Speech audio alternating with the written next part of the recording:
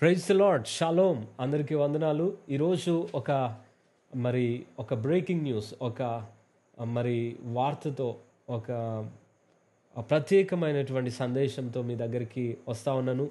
ఆ వార్త ఏంటి అని అంటే, గత 8 నెలలుగా ఇజ్రాయెల్ దేశంలో జరుగుతున్నటువంటి భయంకరమైనటువంటి ఈ యొక్క యుద్ధము మరి హమాస్ తీవ్రవాదులు అక్టోబర్ 7వ తారీఖున మరి సబ్బాతు దినాన ఇశ్రాయేలీలందరూ సబ్బాతు ఆ యొక్క కార్యం కొరకు సిద్ధపడుతూ ఉండగా, తెల్లవారుతూ ఉండగా ఆ ఇజ్రాయెల్ దేశం మీద జరిగినటువంటి మారణ కాండ, ఎంతోమంది సజీవంగా కాల్చబడినారు, చంపబడినారు. చిన్న బిడ్డలు, మరి ఆ వృద్ధులని చూడకుండా, స్త్రీలను చూడకుండా, గర్భిణీ స్త్రీలను చూడకుండా వారిని బందీలుగా పట్టుకొని పోయినట్టుగా మనం చూస్తాం. 8 నెలలుగా అక్కడ గాజా ప్రాంతంలో ఆపరేషన్ ఐడిఎఫ్ సోల్జర్స్ వారు చేస్తూ ఉన్నటువంటి ఈ విషయము మనందరికీ తెలిసిందే. ప్రపంచమంతా మరి చూస్తూ ఉంది. ఇజ్రాయేలు దేశంలో జరుగుతున్న పరిణామాలు ఏవైతే ఉంటా ఉన్నాయో అవన్నీ దేవుని యొక్క వాక్య నెరవేర్పులో భాగము అని మనము జ్ఞాపకం చేసుకోవాలి. దేవుని వాక్యంలో కూడా మనం చూస్తాం.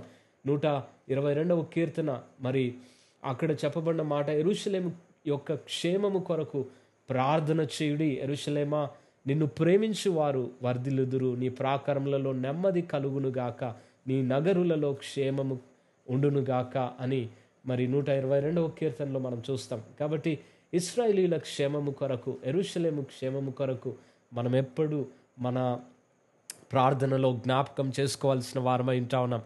సో ఇక్కడ మనము ఈరోజు బ్రేకింగ్ న్యూస్ చూస్తూ ఉన్నాము.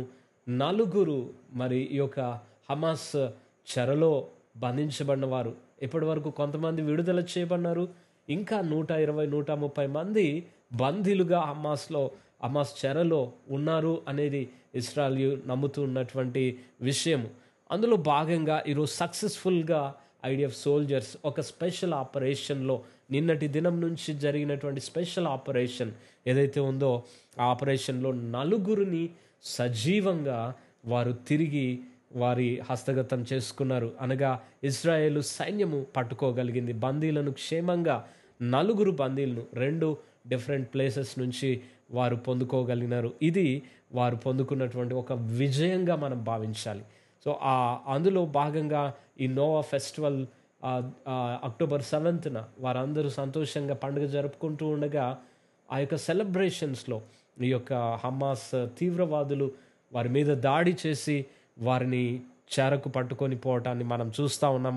అందులో ఒక సహోదరి, ఒక యవనస్తురాలు, నోవా అగమని, 26 సంవత్సరాల యవన స్త్రీ, ఈమె మరి ఆ మోటార్ సైకిల్ మీద ఆ యొక్క గాజా పట్టణంలోకి తీసుకొని పోబడినట్టుగా మనం చూస్తూ ఉన్నాం. కాబట్టి అందులో ఆమె ఈరోజు విడిపించబడింది. అదేవిధంగా షాలోమ్ జీవ్ అనేటువంటి ఆయన 39 సంవత్సరాల వయసు, అమాగ్ మెయిర్ అనేటువంటి ఇంకొక యవనస్తుడు 22 సంవత్సరాలు, ఆండ్రే కజోవ్ అనేటువంటి ఆయన 27 సంవత్సరాల యవనస్తుడు. సో వీరందరూ కూడా మరి బందీల నుంచి విముక్తి పొందుకున్నారు. ఐడిఎఫ్ సోల్జర్స్ ఒక స్పెషల్ ఆపరేషన్లో వారిని విడిపించడం జరుగుతూ ఉంది. సో ఇది ఈరోజు మనకు అందుతూ ఉన్నటువంటి బ్రేకింగ్ న్యూస్. ఈ యొక్క వార్త మరి నిజంగా సంతోషాన్ని ఇచ్చేటువంటిది.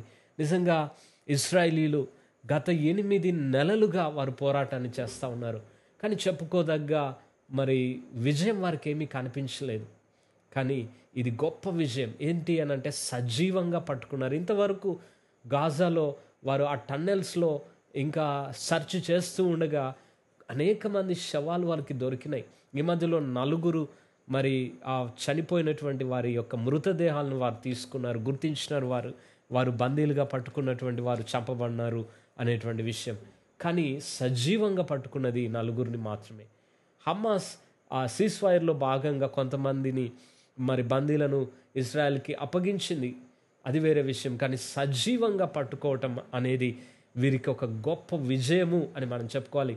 వారికి దొరికింది 4. చూడండి ఎంత భయంకరంగా ఆ హమాస్ వారు చేసుకున్నటువంటి స్థావరాలు కనుక మనం చూస్తే, అంతా కూడా అండర్ గ్రౌండ్ టన్నెల్స్, కొన్ని కోట్ల రూపాయలు.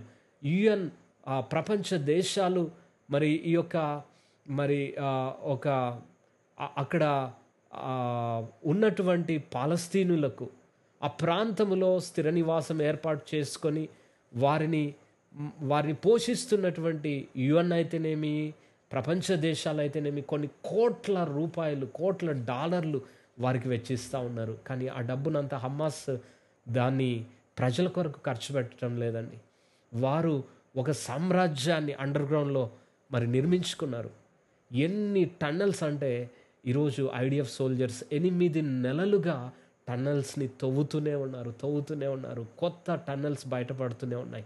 రాఫా అనేటువంటి ప్రాంతంలో వారి యొక్క సెర్చ్ ఆపరేషన్స్ ప్రారంభించినారు. అక్కడ కూడా అనేకమైన టన్నెల్స్, ఈజిప్ట్ బార్డర్ వరకు కూడా మరి వారు టన్నెల్స్ని కనుగొనటం జరిగింది.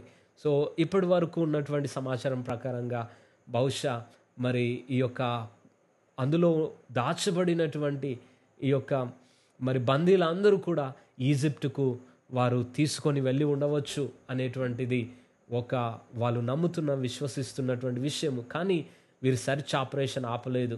రాఫా ప్రాంతంలో జరుగుతూ ఉంది, గాజా ప్రాంతంలో సెర్చ్ ఆపరేషన్స్ చేస్తూ ఉన్నారు.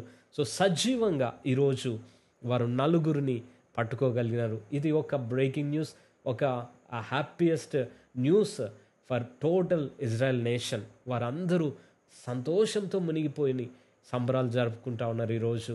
కారణం సజీవంగా దేవుడు వారి పట్ల తోడుగా ఉండి వారి పట్ల కార్యాలు జరిగిస్తూ ఉన్నారు. సో డియర్ ఫ్రెండ్స్, మనమందరం కూడా మన ప్రార్థనలో మరి ఇజ్రాయెల్ దేశ క్షేమము కొరకు మనం ప్రార్థించవలసిన వారమై ఉంటా ఉన్నాం.